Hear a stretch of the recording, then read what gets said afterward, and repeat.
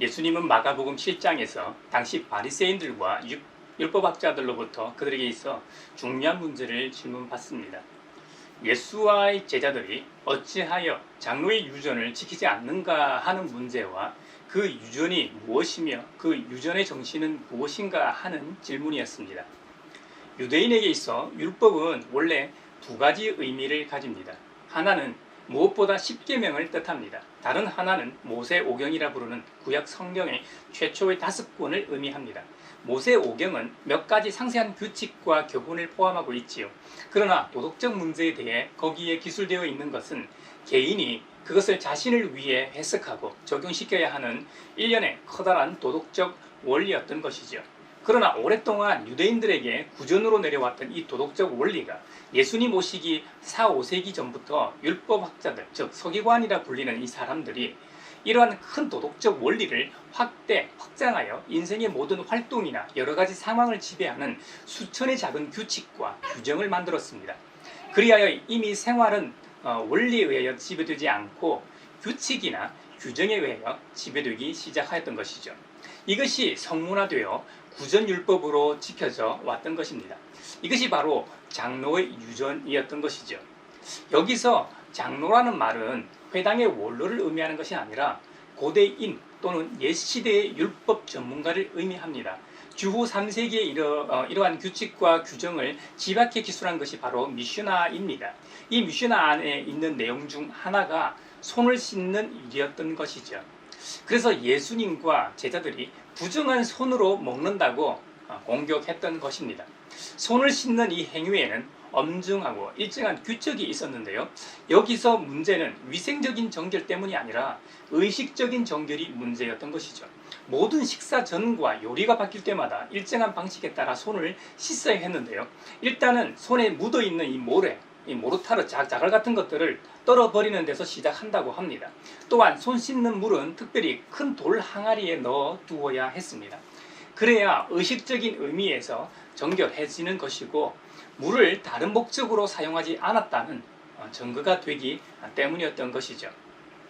맨 처음 이 양손은 손가락이 위로 향하게 하고 그 위에 물을 부어 적어도 손목까지 흘러내리도록 했습니다. 그리고 양손이 젖어 있는 동안에 각각의 손을 서로 이 다른 주먹으로 깨끗하게 한쪽 손의 주먹으로 다른 손의 손바닥과 손등을 문지르면 양손은 젖게 되고 물은 더러운 손에 묻었기 때문에 부정하게 되었습니다. 그 다음 손과 손가락 끝을 아래로 향하게 하고 이 팔목에서부터 손목까지 흘러내리도록 그 위에서 이렇게 물을 부었습니다. 이 모든 과정을 끝마쳐야 비로소 손은 깨끗하게 되는 것이었습니다. 만약 부정한 손으로 먹은 사람은 이 십타라는 이 악령이 침범하는 대상이 되며 심지어 손을 씻지 않으면 가난해지고 파멸하기 쉽다고 생각했다는 겁니다. 이건 완전 비성경적인 내용이지 않습니까? 이런 의식을 한번 하지 않았다고 제명 처분을 받은 랍비도 있었다고 합니다. 그러니 그들에게 있어 이 장로들의 전통은 매우 중요했을 겁니다. 그들에게는 이것이 신앙이요 종교였던 말이 되겠죠. 또한 엄격한 유대인은 시장에서 돌아오면 그가 묻혀온 이 더러움을 없애기 위해 몸 전체를 깨끗한 물속에 담갔다고 합니다. 부정한 사람이나 부정한 음식에 접촉하기 때문에 그릇도 더러워졌던 것이죠. 이것이 이 구절에선 단지 노크러져 씻는 일에 대해 말한 까닭입니다. 하지만 유대인들이 볼 때, 더 정확히 율법학자나 서기관들이 볼 때 이렇게 중요한 것을 예수님이 반대하셨다는 점이 그들의 심기를 건드렸던 것이죠. 그들은 이러한 규칙이나 이 규정이 종교의 본질이었고 그것을 지키는 것이 하나님을 기쁘시게 하는 것이라 믿었기 때문일 겁니다. 하지만 도리어 우리 주님은 그들의 위선을 책망하셨습니다. 이슬람 교도들은 매일 일정한 횟수로 신께 기도해야 합니다. 그러기 위하여 그들은 기도용 돗자리를 가지고 다닙니다. 아랍나라 소속의 국적기를 보면 항공기 안에 기도하는 공간이 마련되어 있을 정도이니까요. 어디서든지 그들을 꿇어 앉아 기도를 외군합니다. 어떤 이슬람 교도가 사람을 죽이려고 칼을 휘두르며 추격하고 있었습니다. 바로 그때 기도 시간을 알리는 종소리가 울렸습니다. 그는 즉시 그 자리에 서서 기도용 이 돗자리를 펴고 무릎을 꿇고 될 수 있는 대로 빨리 기도를 외웠습니다. 기도가 끝나고 난 후 일어서서 살인하기 위한 추격을 계속했다고 합니다. 이런 경우 그 기도는 단순한 형식이자 습관이요 외형적 실행 아닙니까? 이것처럼 큰 종교적 위험은 없을 겁니다. 교회에도 이런 모습은 쉽게 찾아볼 수 있습니다. 교회 출석하는 것, 성경 읽기, 정성을 들인 헌금, 정기적 기도가 사람을 선한 사람으로 만들지 않는다는 사실입니다. 이런 종교적인 행위가 중요하지 않다는 말이 아닙니다. 중요합니다.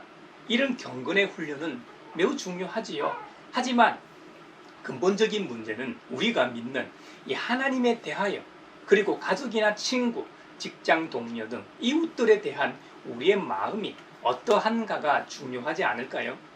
우리의 마음속에 적개심, 원한, 미움, 시기, 질투, 이 교만 등이 있다면 모든 외면적 종교적 행위를 아무리 열심히 한다고 한들 위선자가 아닐까요? 야고보 사도는 이런 위선자가 되지 않기 위해서 말씀을 들었다면 그대로 실행해야 함을 설파하고 있는 것입니다. 야고보 사도는 야고보서 전체를 통해 사랑하는 믿음의 형제 자매들에게 말씀을 들음과 실행에 대하여 권면하고 있습니다. 특히 오늘 본문에서 더더욱 강조하고 있습니다. 우리가 매주 드리고 있는 예배 예식과 의식은 매우 중요하죠. 야고보 사도에 의하면 하나님께 드리는 최고의 예식과 최고의 예전은 가난한 사람에게 대한 봉사와 인격적 순결이라는 겁니다. 야고보 사도에게 있어 진실한 예배는 공들여 만든 이 예복이나 숭고한 예전이나 장엄한 음악, 정성들에 행해지는 예배 의식에 있는 것이 아니라고 합니다. 인류에 대한 실천적인 봉사와 자기 자신의 개인적인 이 생활의 순결이라는 겁니다. 이를테면 교회가 예배당을 아주 아름답게 꾸미고 예배 예전을 화려하게 진행하면서도 실천적인 기독교 봉사에는 시간도 예산도 쓰지 않는다면 그것은 진정한 경건이 아니라는 것이죠. 하지만 실제로 이런 일은 있을 수 있습니다. 교회들마다 사정이 다 있을 겁니다. 출석하는 수가 적으면 적을수록 전체 예산의 대부분이 교회 유지와 인건비로 지출되게 되어 있습니다. 그러니 그 사정을 무시할 수도 없는 노릇입니다. 그래도 내 이웃을 사랑하라는 말씀에 가까운 예산 집행이 이루어져야 한다는 사실은 변함이 없을 겁니다. 교회의 사정상 예산 집행이 어렵다면 인력을 통한 자원봉사 등 지역사회를 위한 섬김의 모습이 구체적으로 나타나야 할 것입니다. 적지 않은 교회가 교회 예산의 일부만을 이웃을 위해 사용합니다. 그것도 성탄절, 부활절, 연말연시 등 특정한 날에 하는 경우가 다반사입니다. 물론 적지 않은 교회가 이런 특정한 날 외에도 이런 자성과 봉사를 실천하고 있기도 합니다. 야고보 사도가 야고보서에서 이렇게 경고하며 책망하는 것을 볼 때 초대교회에도 믿음과 그 삶이 일치하지 않는 경우가 있었다는 말이 됩니다. 그 말은 초대교회로부터 시간이 한참 지난 지금 교회 외적으로 자선과 선행을 더 실천하고 있다는 말이 될까요?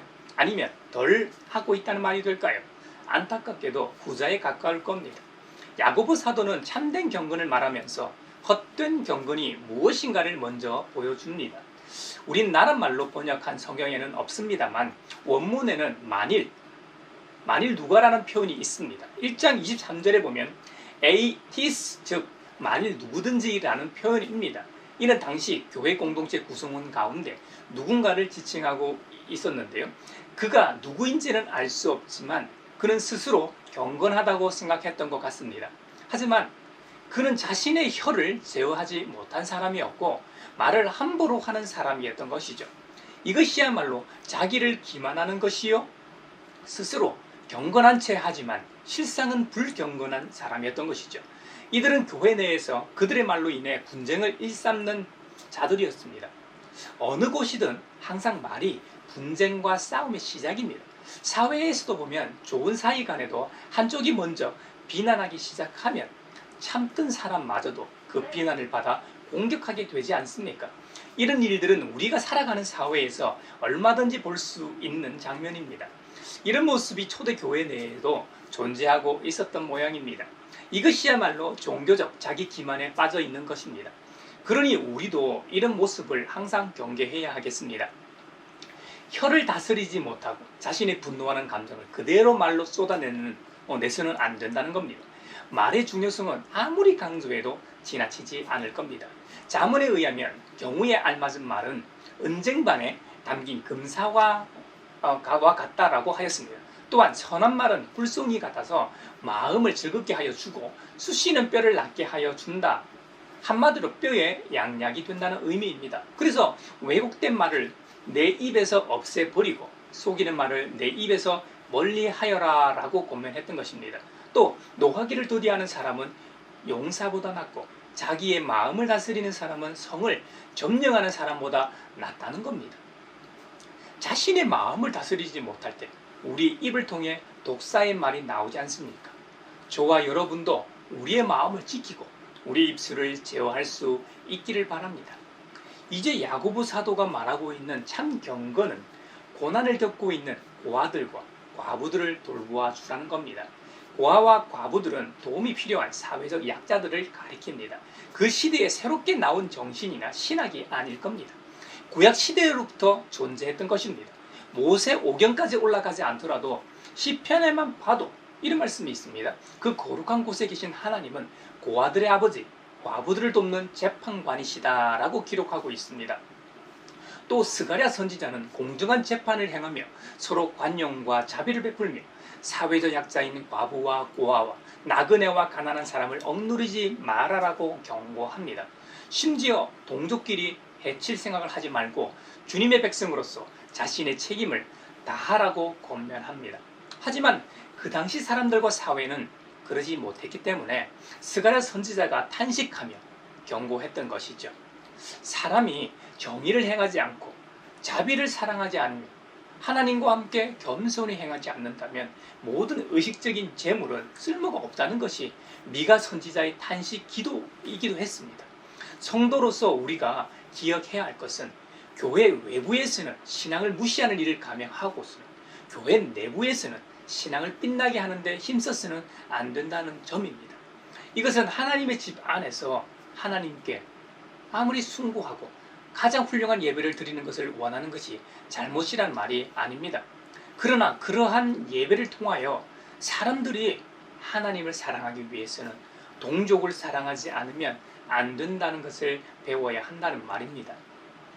기독교와 모든 교회가 해당되지는 않지만 기나긴 코로나 터널을 지나면서 이 소수의 교회와 목회자, 기독교인들의 탈선이라고 할까요?